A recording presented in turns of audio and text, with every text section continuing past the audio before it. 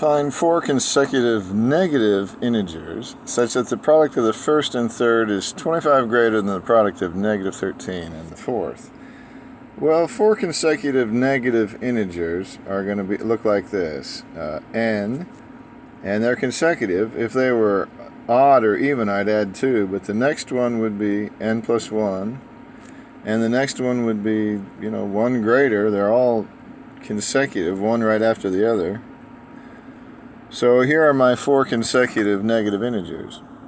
Just if you're having trouble picturing them being negative, let's say that n is negative 90, then they're all negative, right? Okay, so the product of the first and the third, so that would be n times n plus 2, and then you're off and running, I hope, is 25 greater than the product, and you can solve for n. It looks like it's going to be a quadratic, and you can handle that. Solve for x.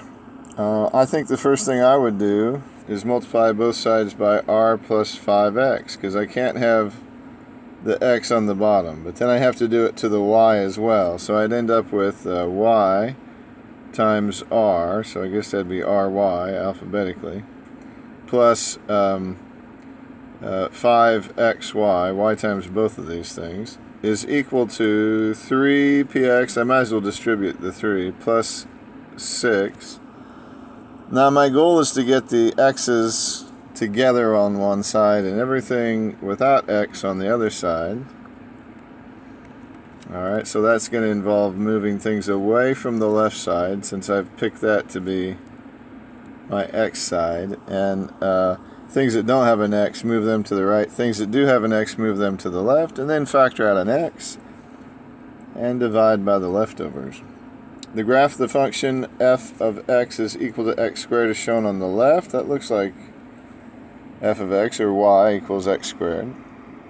The graph on the right is the same graph translated 2 units to the right. They're in there messing with x. Remember that x is a liar, and you will be able to tell me with not too much effort, except having to write something down.